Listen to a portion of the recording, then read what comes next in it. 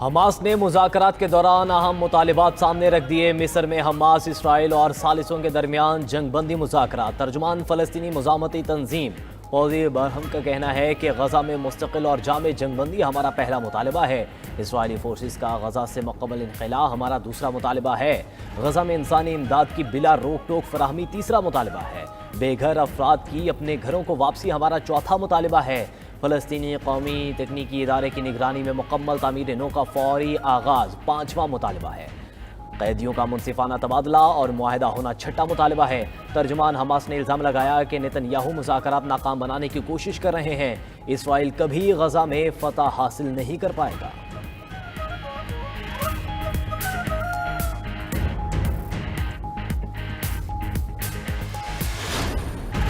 Hamas نے بہت اہم چیزوں پر اتفاق کر لیا۔ امریکی صدر غزہ امن معاہدے کے مثبت نتائج کے لیے پر امید۔ وائٹ ہاؤس میں میڈیا سے گفتگو میں ٹرمپ نے کہا کہ مجھے لگتا ہے ہم معاہدے تک پہنچ جائیں گے۔ غزہ جنگ بندی کے لیے زبردست پیش رفت کر رہے ہیں۔ غزہ جنگ بندی معاہدہ بہت جلد ہوگا۔ کینیڈین وزیر اعظم کے ساتھ مشترکہ نیوز کانفرنس میں ٹرمپ نے کہا کہ امریکی مذاکراتی ٹیم بھی مصر جاری مذاکرات میں شریک ہے۔ امریکہ سے ایک اور ٹیم مذاکرات کے لیے روانہ ہوئی ہے۔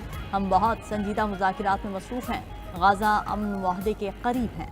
یہ معاہدہ پورے مشرق وسطیٰ میں امن لائے گا۔ ٹرمپ کے خصوصی ایلچی اسٹیو وٹکاف اور داماد جیرڈ کشنر کا آج مذاکرات میں شرکت کا امکان۔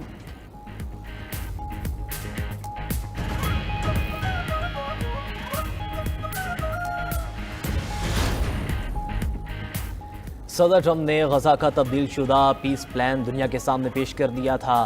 قطر نے تصدیق کر دی۔ ترجمان قطری وزارت خارجہ مجید الانصاری کا کہنا ہے کہ معاہدے میں شامل عرب مسلم ممالک کے چند تجاویز کو نکال دیا گیا۔ ٹرمپ کا فائنل پلان عرب اسلامی ممالک کے پلان سے الگ تھا۔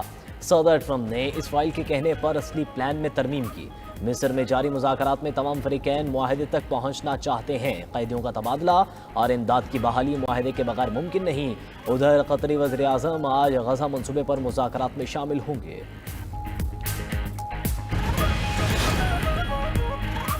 پاکستان کے سابق سینیٹر مشتاق احمد کو اسرائیلی قید سے رہائی مل گئی۔ نائب وزیر اعظم اسحاق ڈار نے ایکس پر پیغام میں لکھا کہ مشتاق احمد اردن پہنچ گئے۔ وہ پاکستانی سفارت خانے میں موجود ہیں۔ ان کی طبیعت بہتر اور حوصلہ بلند ہے۔ سفارت خانہ ان کی محفوظ واپسی کے لیے ہر ممکن اقدام کرے گا۔ نائب وزیر اعظم اسحاق ڈار کا سابق سینیٹر مشتاق احمد سے ٹیلی فونک رابطہ۔ فلسطینی کاز کے لیے جرأت مندانہ کردار پر خراج تحسین پیش کیا۔ سابق سینیٹر کی 9 اکتوبر کو وطن واپسی متوقع۔ دفتر خارجہ نے انتظامات مکمل کر لیے۔ دوسری طرف مشتاق احمد نے ویڈیو پیغام میں کہا کہ اپنے 150 ساتھیوں کے ساتھ اردن پہنچ چکا ہوں۔ 5-6 دن اسرائیل کی بدنام زمانہ جیل میں گزارے۔ ہمارے ہاتھوں میں ہتھکڑیاں اور پاؤں میں بیڑیاں ڈال دی گئیں۔ اسرائیلی فوج نے ہم پر کتے چھوڑے۔ 3 دن بھوک ہڑتال کی۔ ہمیں دوائی دی گئی نہ پانی۔ غزہ کا محاصرہ توڑنے کے لیے بار بار جائیں گے۔ ماحولیاتی کارکن گریٹا تھنبرگ نے امریکی صدر کی تنقید کا جواب دے دیا۔ کہا کہ سنا ہے ڈونلڈ ٹرمپ نے پھر میرے کردار پر رائے دی ہے۔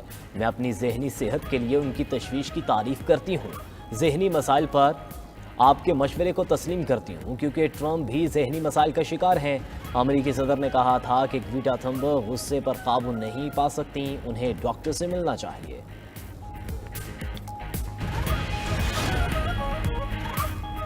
افغانستان پر ماسکو فارمیٹ کنسلٹیشنز کا 7واں اجلاس۔ پاکستان، چین، روس اور ایران کے نمائندے شریک ہوئے۔ کرغزستان، تاجکستان، ازبکستان اور افغانستان کی بھی شرکت۔ اجلاس کے مشترکہ اعلامیے کے مطابق شرکاء کا افغان سرزمین کا دہشت گردی کے لیے استعمال روکنے کے لیے فوری اقدامات پر زور۔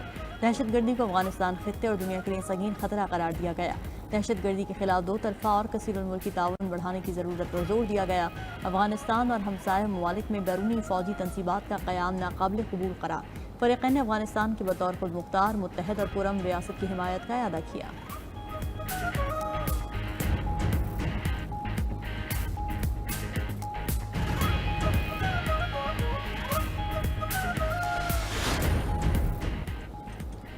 پاکستان کا سعودی عرب کو افرادی قوت کی برآمدات دگنی کرنے کا منصوبہ۔ عرب میڈیا کے مطابق پاکستان نے 2020 اور 2024 کے درمیان 18,80,000 کارکن سعودی عرب بھیجے۔ مملکت سے پاکستان کو تحصیلات زر 2020 میں 7.39 ارب ڈالر سے بڑھ کر 2024 میں 8.59 ارب ڈالر ہو گئی تھیں۔ موجودہ اوسط برآمد ہر سال تقریباً 5 لاکھ کارکن ہے اور اگلے سال سے یہ 10 لاکھ ہو جائیں گے۔ جنگ بندی مذاکرات کے باوجود اسرائیل کی غزہ میں بمباری سے صہیونی فوج نے مزید 8 فلسطینیوں کو شہید کر دیا۔ جنوبی غزہ میں امدادی مراکز کے قریب اسرائیلی فائرنگ سے 7 افراد زخمی۔ رام اللہ میں مہاجر کیمپ پر اسرائیلی فورسز کا چھاپا، 15 فلسطینیوں کو گرفتار کر لیا۔ غزہ میں اسرائیل کے بدترین ظلم و بربریت کے 2 سال، بمباری سے 20,000 بچوں سمیت 67,000 سے زائد فلسطینی شہید۔ 2 سال کے دوران اسرائیلی فورسز نے غزہ کو ملبے کا ڈھیر بنا دیا۔ اقوام متحدہ کے سیٹلائٹ مرکز نے اسرائیلی جارحیت سے غزہ میں تباہی کی تصاویر جاری کر دیں۔ اسرائیلی جارحیت کے خلاف دنیا بھر میں مظاہرے، آسٹریلیا، انڈونیشیا اور دیگر ممالک میں عوام سڑکوں پر نکل آئے۔ اسرائیل میں مظاہرین نے نیتن یاہو کے گھر کے باہر احتجاج کیا۔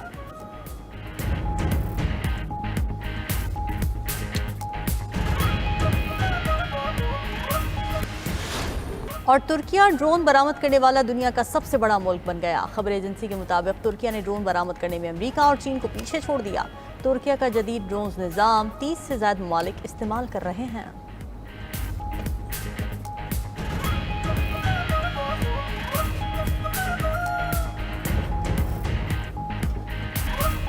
ایران 8,000 کلومیٹر تک مار کرنے والے بین البراعظمی بیلسٹک میزائل تیار کر رہا ہے، اسرائیلی وزیر اعظم کا دعویٰ۔ نیتن یاہو نے کہا یہ بہت بڑا خطرہ ہے، ایران جلد ہی امریکی شہروں کو جوہری ہتھیاروں سے نشانہ بنا سکتا ہے۔ وہ 8,000 کلومیٹر تک مار کرنے والے بین البراعظمی بیلسٹک میزائل میں مزید 3,000 کلومیٹر رینج بڑھا کر واشنگٹن تک کو نشانہ بنا سکتے ہیں۔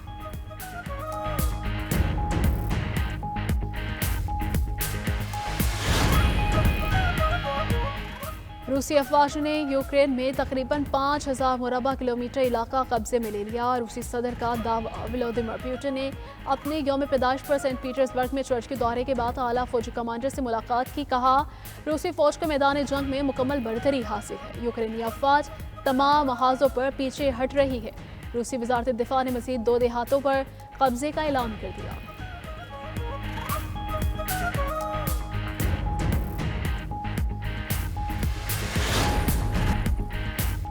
امریکی صدر کے حکم پر نیشنل گارڈز کے دستے شکاگو آرمی بیس پہنچ گئے۔ خبر ایجنسی کے مطابق ٹرمپ نے ریاست اوریگون کے شہر پورٹلینڈ میں نیشنل گارڈز کی تعیناتی کا حکم دے دیا۔ ڈیموکریٹک میئرز اور گورنرز کی سخت مخالفت۔ ٹرمپ کا کہنا ہے کہ ان شہروں میں قانون کی علمبرداری کو یقینی بنانا ضروری ہے۔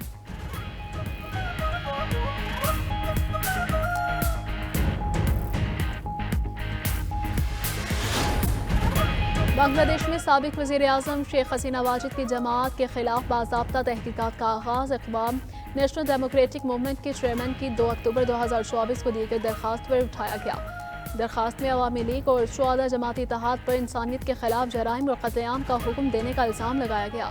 چیف پروسیکیوٹر نے تصدیق کی ہے کہ ابتدائی جانچ جاری ہے تاکہ یہ معلوم کیا جا سکے کہ کیا عوامی لیگ کو بطور تنظیم ذمہ دار ٹھہرایا جا سکتا ہے۔